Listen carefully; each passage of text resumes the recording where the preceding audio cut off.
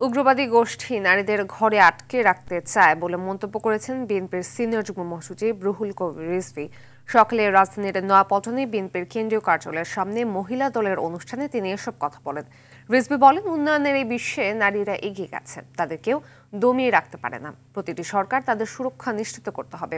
যারা উগ্রবাদী কর্মকাণ্ডের মধ্য দিয়ে নারীদের দমিয়ে রাখার চেষ্টা করছে তাদের কঠোর হাতে দমন করতে হবে বলে জানান রুহুল কবির রিজভী।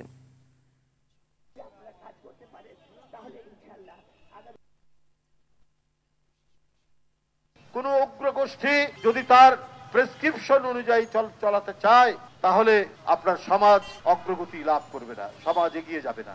কি খেলাধুলা, কি সাংস্কৃতিক কর্মকাণ্ড, কি লেখাপড়া, প্রত্যেকটি জায়গায় মেধায় মননে পুরুষের চাইতে কোনো অংশে মেয়েরা কম নয়। তাদেরকে যদি আমরা আটকে রাখি, বন্দী রাখি, তাহলে সমাজ কোনোদিন এগোবে না।